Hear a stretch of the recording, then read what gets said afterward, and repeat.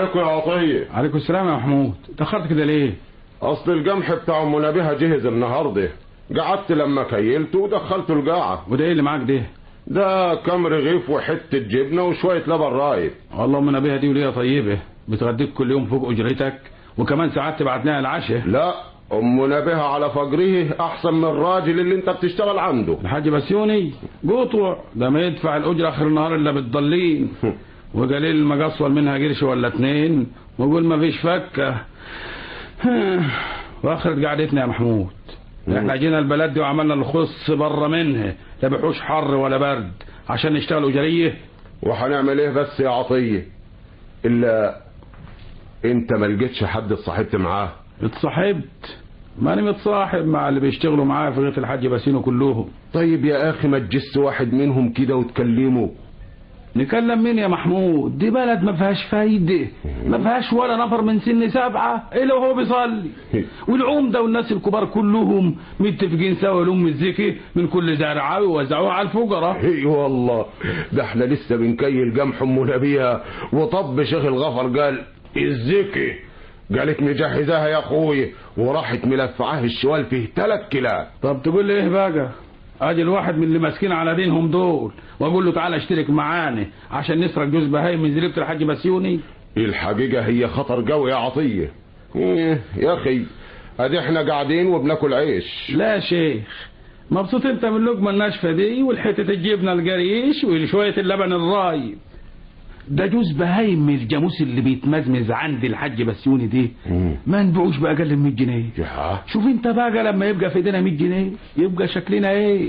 نتفسح في مصر واسكندريه ونلبس الصوف المعتبر والجوخ القيافه والجزم القباها، بدل ما احنا قاعدين في حته الخص اللي لملمناه من حطب وقش، لو ولعت جواه السياره يطير. يا اخي يا ريته يدوم.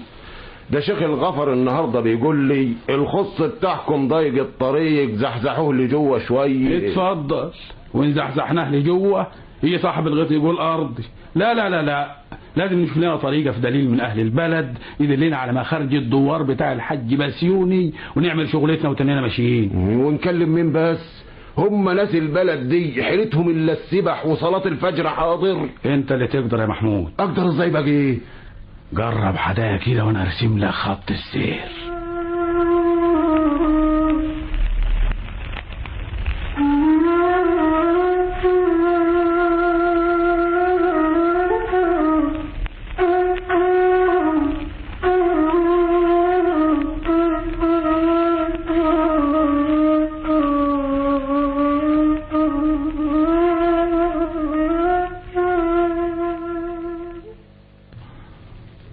السلام عليكم ورحمة الله. اللهم اغفر.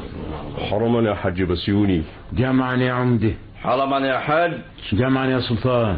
انت يا سلطان ما رحتش تجيب زكا الجمح من الحاج بسيوني ليه؟ يا اخويا هو شيخ الغفر بتاعك بيون؟ ده خوتني كل يوم والتاني، زكا الجمح، زكا الفول، زكا البرسيم.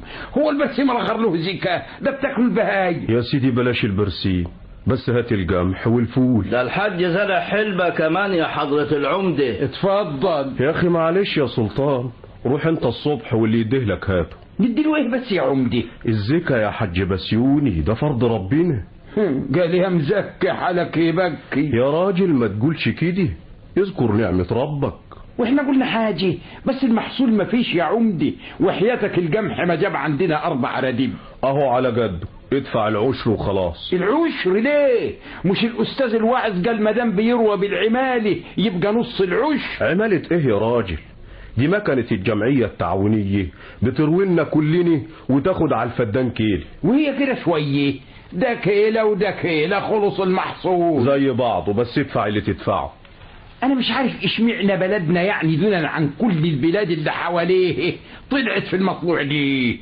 هو ما فيش مسلمين الا احنا؟ بكره كل البلاد تعمل زيني، والحكومه نفسها تلم الزكاه زي ما بتلم الضرايب. فعل الله ولا فلك يا شيخ. يا راجل دي بلدنا من نهار ما مشيت على المعدل دي ما بقاش فيها حد فقير، والبركة حصلة من كل ناحية. يعني الفدان جاب 20 قنطار قوط. محصول بلدنا احسن من كل البلاد اللي حوالينا. دي بركة من ربنا يا شيخ. لا وفوق ده وده ما حصلتش في بلدنا ولا حادثة من 5 سنين دلوقتي. ما هو يا سلطان المال المزكي لا ينسرق ولا ينحرق. يا اخي ما تقولش الكلام ده يا عمدي، هو الحرامي يعرف المزكي من اللي مش مزكي؟ والحرامي يجي منين ما دام البلد شبعانه؟ والحرامي ما يجيش من بره البلد ليه يا شيخ الغفر؟ اللي من بره البلد ان ما كلوش في البلد ما يعرفش يسرق. نهايته روح مع الحاج بسيوني يا سلطان وهات اللي يديهولك. يا اخي طول بالك عليا، ده احنا لسه ما خلصناش. سلام عليكم. وعليكم السلام.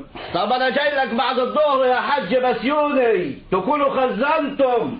اما الراجل ده هيجنني بقى، كل البلد تطلع الزيكة الا هو. اهو كل سنة يعمل لنا هلولة زي دي ولا يدفعش. ده يستحيل، السنة دي لازم يدفع. انت تروح له من الظهر ان شاء الله تكبس على نفسه، خد وياك ناس يمكن ينكسف منهم. انا هاخد الاستاذ الواعظ معايا بنفسه. يمكن ما يرضاش، ده عمره ما دخل له بيت. انا هتحايل عليه واخليه يجي معايا. ربنا يهديه، ده انا شايف جمحه في الغيط كويس قوي. المدراوي اللي كيالوه له قال لي ان هيخزن 50 أردب. يا سلام، ومش هين عليه يطلع منهم 2.5 للارامل والايتام. والله يا عمده دمنا بيها مرات عبد العاطي اللي مات عم نول، اهي ارمله ولا لهاش حد ابدا، وعندها 1.5 فدان. رحت لها امبارح كيالت لي 3 كيلات كاملين، وهي زكاتها 3 إلا ربع. اهي رخرة ربنا مبارك لها ومقدرها على زرعتها ومسطوري. قوم بينا نلحق